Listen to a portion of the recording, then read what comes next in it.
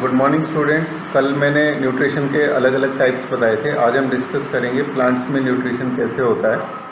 Plants के case में nutrition का मतलब है कि वो अपना खाना कैसे बना रहे हैं, और उस प्रोसेस का जो टाइप है वो है ऑटोट्रॉफिक न्यूट्रिशन। प्लांट्स जो होते हैं वो ऑटोट्रॉफिक होते हैं। Auto means self, trophic means food level, अपना खाना खुद बनाने वाले ऑर्गेनिजम्स को कहते हैं ऑटोट्रॉफिक ऑर्गेनिजम्स। और ग्रीन प्लांट्स के पास चूंकि फोटोसिंथेटिक पिगमेंट है, इसीलिए उनको कहा जाता है ऑटोट्रॉफिक। कल हमने ये देखा था कि इसका जो रिएक्शन होता है उसमें जो रिएक्टेंट्स हैं या दूसरे कंडीशंस हैं वो कौन कौन सी हैं, जैसे CO2 है, एक हाइड्रोजन का डोनर है H2O इस केस में, इसके अलावा सनलाइट है, एक पिगमेंट है, फोटोसिंथेटिक पिगमेंट्स का एक ग्रुप। अब ये सब चीज़ें प्लांट्स में होती कहाँ हैं? अगर ग्रीन प्लांट्स का जो एक्सपेंडेड पार्ट है उसको कहा जाए कि वो सनलाइट को ट्रैप करता है, तो वो चीज़ है लीफ, है ना। सपोज करो ये लीफ का स्ट्रक्चर है। लीफ कैसी होती है? फ्लैटेंड, और उसके दो पार्ट हैं, डोर्सल और वेंट्रल। ऊपर वाला पार्ट डोर्सल, नीचे वाला पार्ट वेंट्रल। और लीफ कैसी होती है? फ्लैट होती है, और इसी वजह से लीफ को कहते हैं डोर्सो वेंट्रली फ्लैटेंड। ये मैं लिख देता हूं यहाँ पर, डोर्सो वेंट्रली फ्लैटेंड। इसके अलावा लीफ की एक और विशेषता है कि वो लेटरली प्रेजेंट होती है स्टेम के ऊपर। लेटरली मतलब साइड में, कि एक एक्सिस है प्लांट का और उसके साइडवेज लीव्स प्रेजेंट है जो सन की लाइट को ट्रैप कर रही है।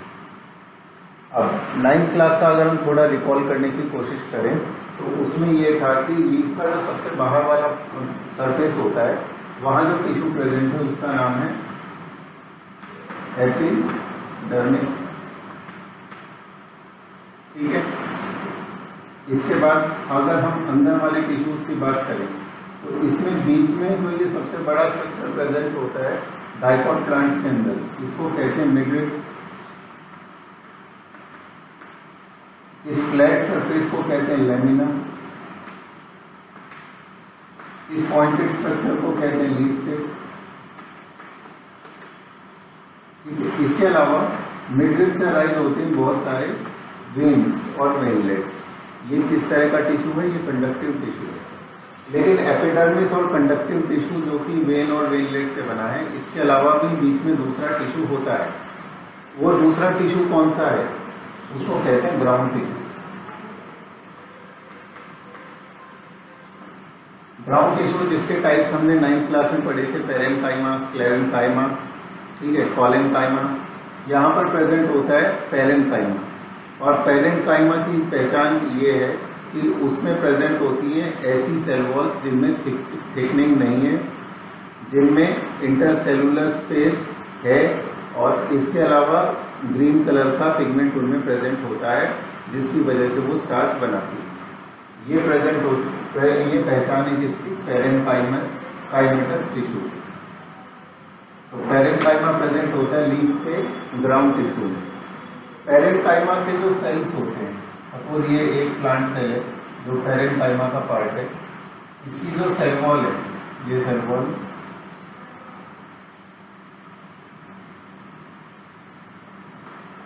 सेल वॉल, ठीक है। अब इस सेल वॉल के चूंकि यूकैरियोटिक सेल है तो इसका पास अपना एक ऑर्गेनेली भी होगा। सपोज ये ऑर्गेनेली है जिसका नाम है क्लोरोप्लास्ट।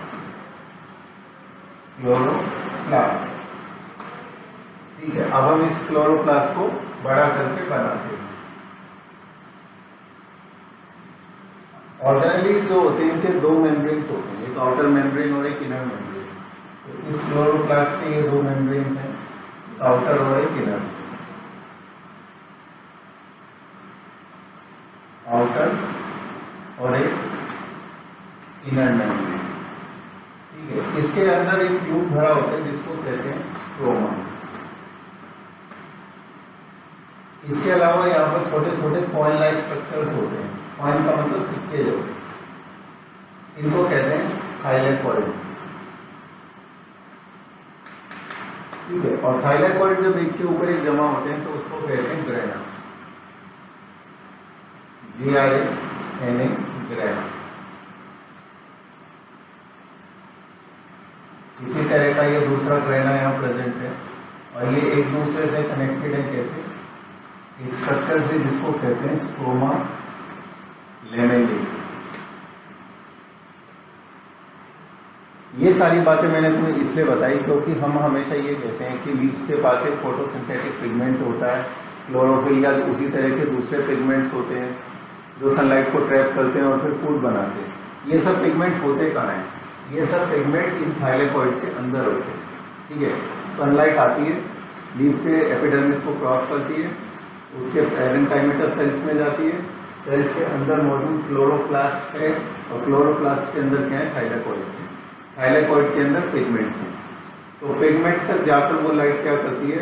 उन पिगमेंट्स को एक्साइट कर देती है ना। हायर एनर्जी ऑर्बिटल्स में पहुंचते हैं। हायर एनर्जी ऑर्बिटल में पहुंचने का मतलब होता है कि वो चीज एक्साइट हो गई और एक्साइट होने की वजह से वो क्या करती है? अब वो उस एनर्जी का उपयोग किस में करेगी? कार्बन डाइऑक्साइड को फिक्स करने में।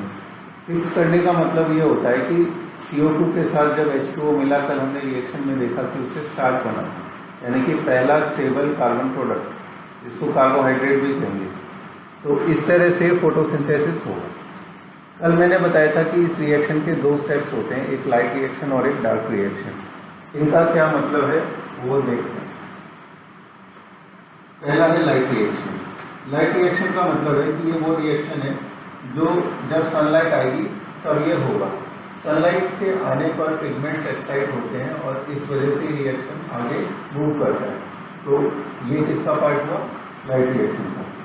सनलाइट के आने की वजह से पिगमेंट्स जो एक्साइट होते हैं उसमें एक चीज बनती है जिसको कहते हैं ATP, जो एनर्जी करेंसी है, और दूसरा एक मॉलिक्यूल बनता है जिसको कहते हैं NADPH।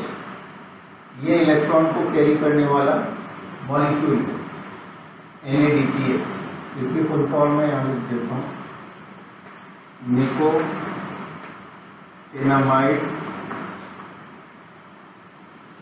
Adenine dinucleotide phosphate. ठीक है। देखो, N से हो गया निकोटिनामाइड, A से हो गया एडेनिन, D से हो गया डाइन्यूक्लियोटाइड और PH से हो गया फॉस्फेट। ठीक है। NADPH बन गया। और लाइट रिएक्शन के जो ये प्रोडक्ट होते हैं ATP और NADPH, अब तुम कहोगे कि खाना तो नहीं बना, मतलब स्टार्च नहीं बना। स्टार्च बनने का प्रोसेस सेकंड स्टेप में होता है जिसको कहते हैं डार्क रिएक्शन। डार्क रिएक्शन जो होता है ये कहाँ होता है? लाइट रिएक्शन पिगमेंट का एक्साइटेशन है, इसीलिए वो थाइलेकॉइड्स में हो रहा है। डार्क रिएक्शन का होता है वो स्ट्रोमा में होता है, यानी कि जो फ्लूइड प्रेजेंट है क्लोरोप्लास्ट के अंदर। तो इसकी डार्क रिएक्शन की साइड क्या हो गई? स्ट्रोमा। और लाइट रिएक्शन की क्या साइड हो गई? थाइलेकॉइड। ठीक है। डार्क रिएक्शन का मतलब है कि ये लाइट की प्रेजेंस में हो सकते हैं, कि ये लाइट इंडिपेंडेंट फेज है, लाइट का इससे कोई लिंक नहीं है। लाइट की प्रेजेंस में हो भी सकता है, नहीं भी हो सकता है, लेकिन लाइट रिएक्शन का मतलब है कि इसको लाइट चाहिए ही चाहिए। तो डार्क रिएक्शन को हम एक तरह से लाइट इंडिपेंडेंट फेज भी कह सकते हैं, कि लाइट होने पर भी हो सकता है, नहीं होने पर भी हो सकता है। ऐसा जरूरी नहीं कि हमेशा ये अंधेरे में ही हो, है ना। ये इसका मतलब है। इस प्रोसेस में यहाँ जो ATP और NADPH बने थे लाइट रिएक्शन में, इनका उपयोग करके CO2 को फिक्स किया जाता है स्टार्च के रूप में, और इस तरह से पौधे अपना खाना बनाते हैं। पौधे वो किसी भी तरह के हो, भले वो यूनिसेलुलर एल्गी हो या फिर जो प्रोकैरियोटिक ऑर्गेनिजम्स के अंदर यानी बैक्टीरिया के अंदर फोटोसिंथेसिस होता है, उसका भी मोर और लेस मैकेनिज्म सेम ही होता है। ठीक है। अब हम बढ़ते हैं आगे। देखो, तुम लोगों की बुक में एक डायग्राम दिया है जिसमें कि क्रॉस सेक्शन दिखा है लीफ का, और उस डायग्राम को मैं यहाँ पर बोर्ड पे ड्रॉ करता हूँ।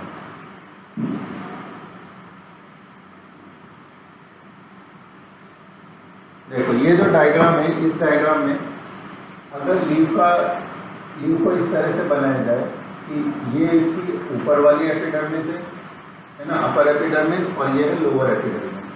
तो डाइकोट लीफ की एक विशेषता होती है कि उसका लोअर एपिडर्मिस होता है जहां पर स्टोमेटा ज्यादा होता है, नंबर ऑफ स्टोमेटा नीचे ज्यादा होते हैं, ऊपर कम होते हैं। इसकी सिग्निफिकेंस ये है कि अगर स्टोमेटा नीचे ज्यादा होंगे और ऊपर कम या नहीं होंगे तो जो ट्रांसपिरेशनल लॉस है वाटर का वो कम होगा, क्योंकि सन की रेज ऊपर सीधी पड़ती है, विंड का कांटेक्ट ऊपर सीधा पड़ता है। तो अगर ऊपर ज्यादा स्टोमेटा होंगे और वो खुले होंगे तो वहां से सारा मॉइस्चर चला जाएगा। तो नीचे जो स्टोमेटा है यहाँ से गैसेस एक्सचेंज होता रहता है, ठीक है, वाटर वेपर का और गैसेस का एक्सचेंज होता रहता है, वही इस डायग्राम में बताया है। अंदर की तरफ अगर हम देखें तो किस तरह के सेल्स प्रेजेंट है, ये देखो पैरेन्काइमेटस सेल्स ऊपर की तरफ जो प्रेजेंट है वो टाइटली अरेंज है, यानी कि एक दूसरे से जुड़े हुए हैं। इन सेल्स को नाम देते हैं पैलिसेड पैरेन्काइम, पैलिसेड पैरेन्काइम। और नीचे की तरफ जो सेल्स होते हैं वो लूजली प्रेजेंट होते हैं, यानी कि उनमें गैप्स प्रेजेंट हैं। इन सेल्स को नाम देते हैं स्पॉन्जी पैरेन्काइम, स्पॉन्जी पैरेन्काइम। अभी हम डिस्कस कर रहे थे ना कि लीफ के बीच में ग्राउंड टिश्यू होता है जिसको पैरेन्काइमेटस टिश्यू कहते हैं। ये उसी पैरेन्काइमेटस टिश्यू का इन्होंने यहाँ पर बना के बताया कि दो तरह के सेल्स प्रेजेंट हैं, एक तो स्पॉन्जी जिनमें गैप प्रेजेंट है और एक पैलिसेड जो कि टाइटली अरेंज है जिसमें कि कोई गैप नहीं है। अगली महत्वपूर्ण बात यह है कि ये जो सेल्स होते हैं ये लीफ के बीच में प्रेजेंट होते हैं, इसीलिए इनको मीजोफिल सेल्स भी कहा जाता है। मीजो मीन्स होता है इन बिटवीन यानी कि मिड, और फिल का मतलब होता है लीफ। तो मीजोफिल सेल्स यानी कि cells present in between the leaf, उनको कहते हैं मीजोफिल सेल्स। अब फोटोसिंथेसिस के लिए जो हमें एसेंशियल चीजें चाहिए जैसे कि CO2, वो एंटर कैसे करेगी, स्टोमेटा के थ्रू अंदर एंटर करेगी, सन की लाइट इस अपर एपिडर्मिस पर आकर पड़ेगी, लीफ के पास अपना वाटर है ही जो वो रूट्स के थ्रू एब्जॉर्ब कर रही है, और इस तरह से फोटोसिंथेसिस कैरी आउट होता है, ठीक है। तो रॉ मटेरियल्स फॉर फोटोसिंथेसिस आगे दिया है, इसमें क्या क्या आएगा, कार्बन डाइऑक्साइड और वाटर।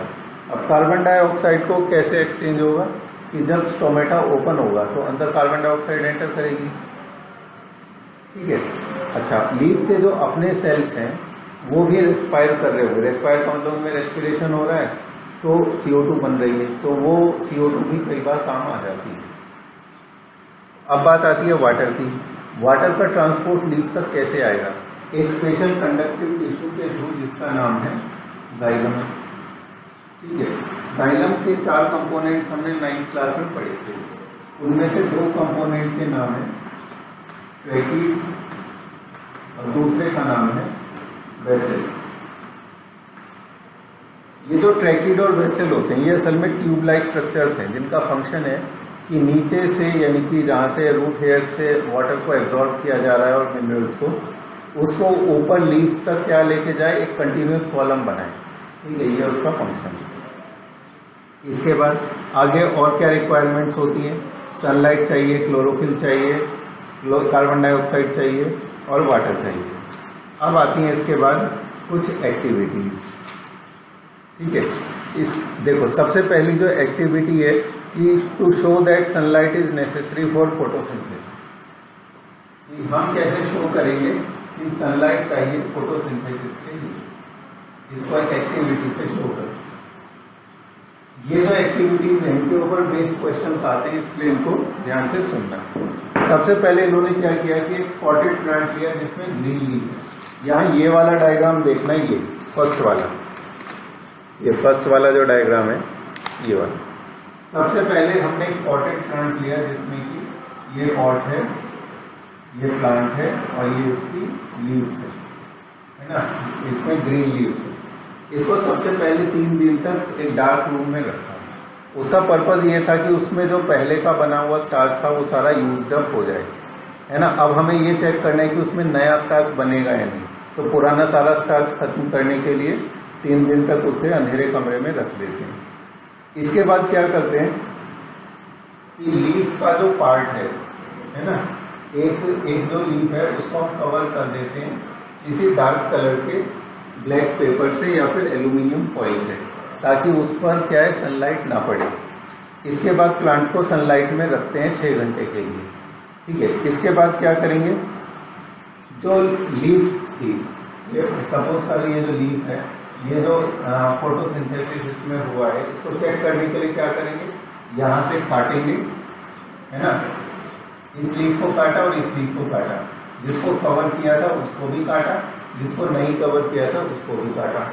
उसके बाद क्या करेंगे, इसको बॉईल करेंगे, इसको पानी में बॉईल करेंगे ताकि एंजाइम डीनेचर हो जाए, इसके अंदर जो एंजाइम प्रेजेंट है वो इंटरफेयर ना करें। डीनेचर का मतलब है एंजाइम्स निष्क्रिय हो जाए। Now boil the leaf in water until flaccid and then immerse in warm 90% solution until decolourise. अब वहां से पिगमेंट्स को हटाने के लिए हम क्या करेंगे, पिगमेंट्स को हटाने के लिए एल्कोहल में बॉईल करेंगे। तो पहले हमने किस में बॉईल किया, वाटर में बॉईल किया, उसके बाद एल्कोहल में बॉईल करेंगे। एल्कोहल में बॉईल किस लिए करते हैं, पिगमेंट्स को रिमूव करने के लिए। वाटर में बॉईल किस लिए करते हैं, एल्कोहल में बॉईल करते हैं पिगमेंट्स को रिमूव करने के लिए, और वाटर में बॉईल करते हैं एंजाइम्स को डीनेचर यानी कि इनएक्टिवेट करने के लिए। इन सारी प्रक्रियाओं के बाद लीफ बन जाती है कलरलेस। अब हम करते हैं उसका स्टार्च टेस्ट। ठीक है, स्टार्च टेस्ट करने के लिए करते हैं उसमें आयोडीन ऐड, आयोडीन का सॉल्यूशन ऐड किया।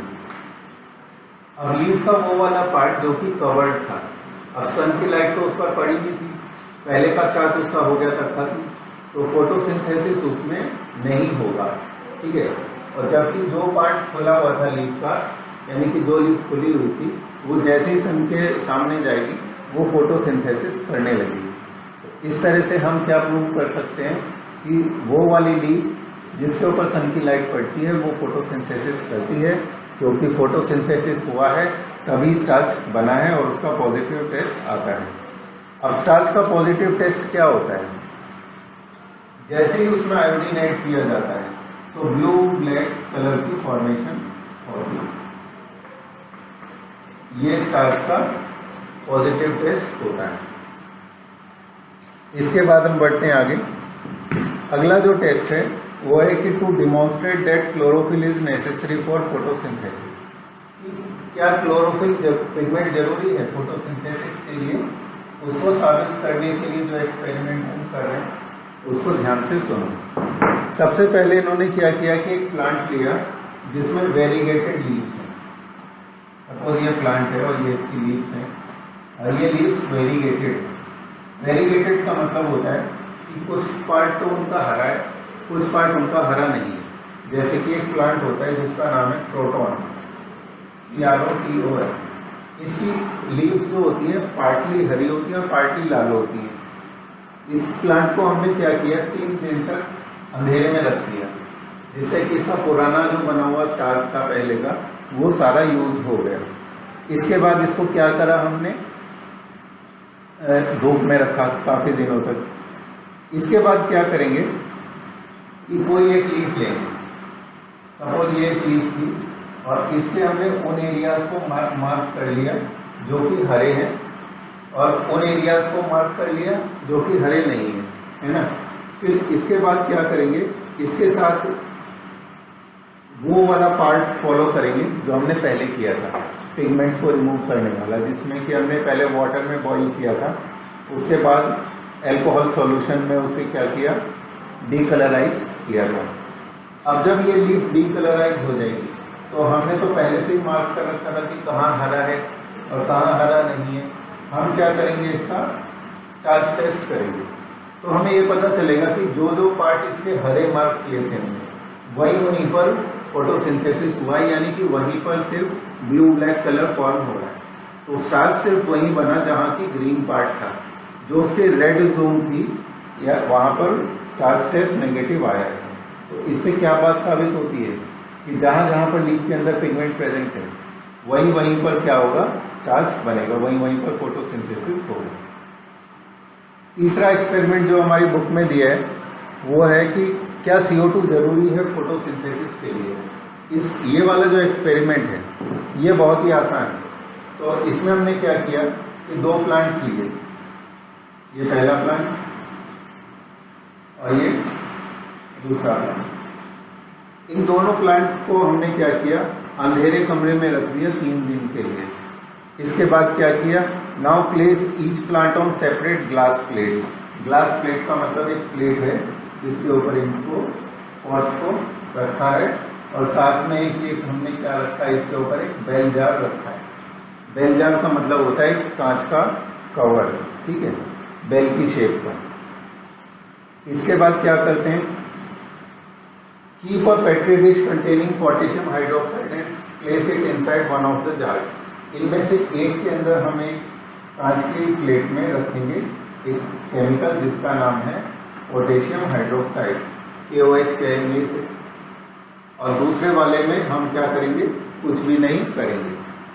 और साथ में क्या कर देंगे, ये जो बेल जार रखा है इसको एकदम एयर टाइट सील कर देंगे ताकि बाहर की हवा अंदर ना आने पाए, ठीक है। इससे क्या होगा, ये जो पोटेशियम हाइड्रोक्साइड है ये क्या करता है कि CO2 के साथ रिएक्ट कर देता है, यानी कि जितनी भी CO2 अंदर थी उसको कंज्यूम कर लेता है। अब सपोज करो कि अंदर की सारी CO2 को कंज्यूम कर लिया KOH ने, तो अंदर तो CO2 नहीं बची क्योंकि तुमने तो इसको एयर टाइट सील कर दिया था। तो ये जो प्लांट है इसको फोटोसिंथेसिस के लिए CO2 नहीं मिलेगी, और नहीं मिलेगी तो ये अपना खाना नहीं बना पाएगा। और अगर हम उसका स्टार्च टेस्ट करेंगे तो वो कैसा आएगा, वो आएगा नेगेटिव। अब दूसरा जो प्लांट है जिसमें ऐसा हमने नहीं किया उसका स्टार्च टेस्ट आएगा पॉजिटिव, क्योंकि उसके केस में ऐसा हमने KOH वहां पर नहीं रखा था। तो ये 3 एक्टिविटी थी जिससे कि हमने ये प्रूव किया सबसे पहले कि सनलाइट नेसेसरी है ना। एक बार फिर से बता देता हूँ, सनलाइट नेसेसरी हमने कैसे देखा था, उसमें हमने एक लीफ को कवर किया था और दूसरी लीफ को कवर नहीं किया था। उसके बाद हमने क्या किया था, लीफ को बॉईल किया था वाटर में, अल्कोहल में, और उसके बाद डीकलराइजेशन के बाद स्टार्च टेस्ट। दूसरे वाले में हमने क्या किया था, क्लोरोफिल नेसेसरी के लिए क्या करते हैं, वेरीगेटेड लीव्स लेते हैं जो partly green partly non green होती हैं। और तीसरे वाले में CO2 एसेंशियल के लिए क्या होता है, KOH वाला मैकेनिज्म हम करते हैं। ये वाला जो कंसेप्ट है ये ऑटोट्रॉफिक न्यूट्रिशन का, कि डार्क रिएक्शन और लाइट रिएक्शन क्या होता है, यानी कि उसका मैकेनिज्म क्या है, इसको हायर क्लासेस में हम और डिटेल में पढ़ेंगे कि लाइट रिएक्शन क्या होता है, उसके मैकेनिज्म्स क्या है, डार्क रिएक्शन में किस किस तरह से CO2 फिक्स होती है। 10th क्लास के लेवल पर अभी ओवरव्यू ही समझना इनफ है। तो आज का होमवर्क ये है कि सभी लोग ये वाला कंसेप्ट पढ़ें और इससे रिलेटेड जो क्वेरीज हो वो इनबॉक्स में मैसेज करें। Thank you.